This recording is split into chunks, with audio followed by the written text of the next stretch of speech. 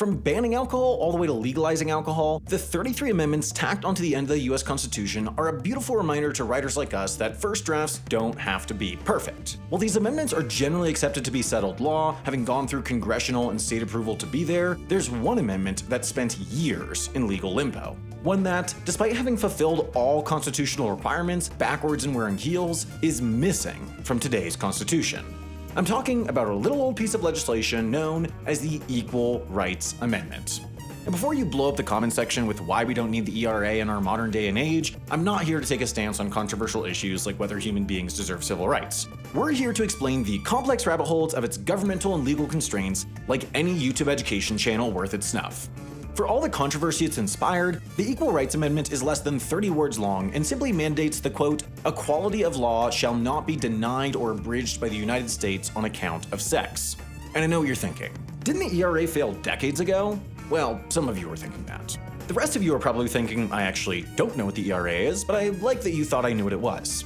And you're right. Technically, the ERA expired in 1982, 3 states short of being added to the Constitution, thanks in large part to conservative activist Phyllis Schlafly, a woman who courageously proved that in this modern world, a woman can oppress women just as well as a man can. As you may remember from AP Gov if you're an American, or AP US Hegemony if you're not an American, under Article 5 of the Constitution, Congress proposes constitutional amendments with a 2/3 majority, and then it's up to 3/4 of the states to ratify it. Congress passed the ERA in 1972 with a 10-year expiration written into it, since there were 38 states pretty keen on ratifying.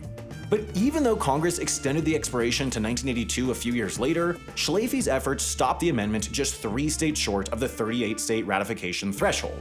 Later on, several judges ruled Congress's deadline extension as unconstitutional, so the ERA seemed dead in the water. But in the past 5 years, something strange started happening. The Spanish government started investigating Shakira for financial crimes. Also, unrelatedly, Nevada, Illinois, and Virginia successfully passed the ERA in 2017, 2018, and 2020 after grassroots efforts from state representatives put it on each state's ballot.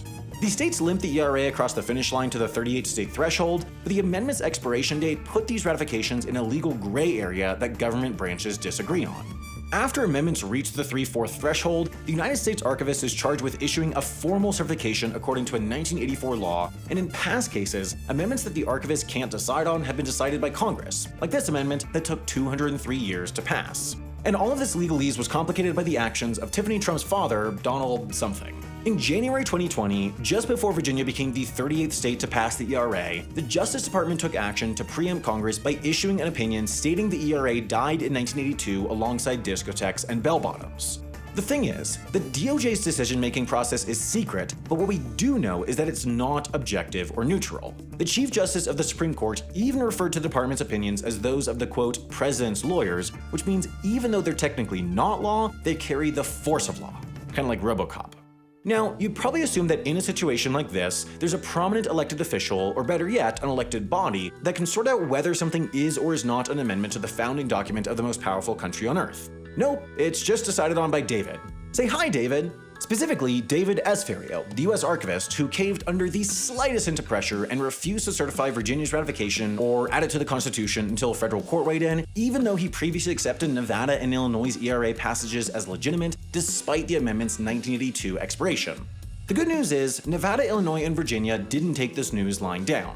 Without Virginia's ratification, the ERA was doomed to amendment purgatory. So, like any red-blooded American, they sued the Archivist. They argued that it wasn't up to David to decide whether women would have constitutionally protected civil rights. Instead, the Archivist certification simply needed to align with the state's collective will to approve it. And while the case is still being litigated, the political landscape has changed dramatically since 2020. With Dark Brandon in office, backed by his own Department of Justice and a Democrat-controlled Congress, passing the Equal Rights Amendment should have been a slam dunk. So why hasn't the ERA's status changed along with the political wins? Well, it's because of everyone's favorite reason, weird government bureaucracy stuff. Last January, the Office of Legal Counsel said that the amendment's 1982 deadline meant the ratification process had to start over, even though Biden himself publicly supports the ERA's ratification. Biden could also direct the Attorney General to put the ERA on the Constitution, since that 2020 Department of Justice opinion denying Virginia's ratification still stands. There's a new sheriff in town named Merrick Garland who could issue another opinion overturning the previous one altogether. This would legally require the newly minted archivist to put the ERA on the Constitution, but Garland hasn't done it yet, seemingly because it's not a good look for the DOJ to overturn their predecessors' memos for ostensibly political reasons, even if the initial memos were also written for ostensibly political reasons. Even if Biden won't act before 2024, Congress still could. Since they authored the original expiration dates in 1979 and 1982, Congress could pass a bill repealing them altogether, which would clear the way for the ERA's passage. The problem was, only 2 Republican senators support the ERA, and when it went up to vote, the GOP's male senators filibustered the amendment. Bottom line is, unless there's a nationwide push to get the ERA codified in law, it's unlikely the amendment will make it past the bureaucratic hurdles endemic to the swamp of Washington, D.C., which is either good or bad depending on how many things you think women should be allowed to do.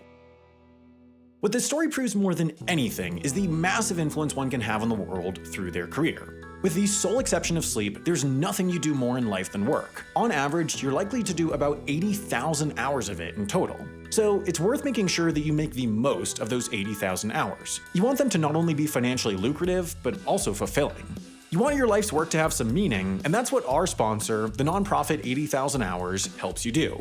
Most career advice centers around the most mainstream obvious paths, like becoming a doctor, lawyer, or accountant, and it misses the nuance of what actually motivates you. You say you like working outside, so it tells you to become a structural engineer. Your only options aren't just having a lucrative career or a fulfilling career. There are ways to get both, and 80,000 Hours helps you find and work towards that. They've done over 10 years of research in collaboration with academics at Oxford University and have collected what they've learned into a variety of resources for you. And remember, they're a nonprofit. Their only focus is on solving global problems by helping people like you to find the most impactful careers they can, so click the button or head to the link on screen to sign up for their newsletter, and by doing that they'll send you a free copy of their in-depth career guide as well.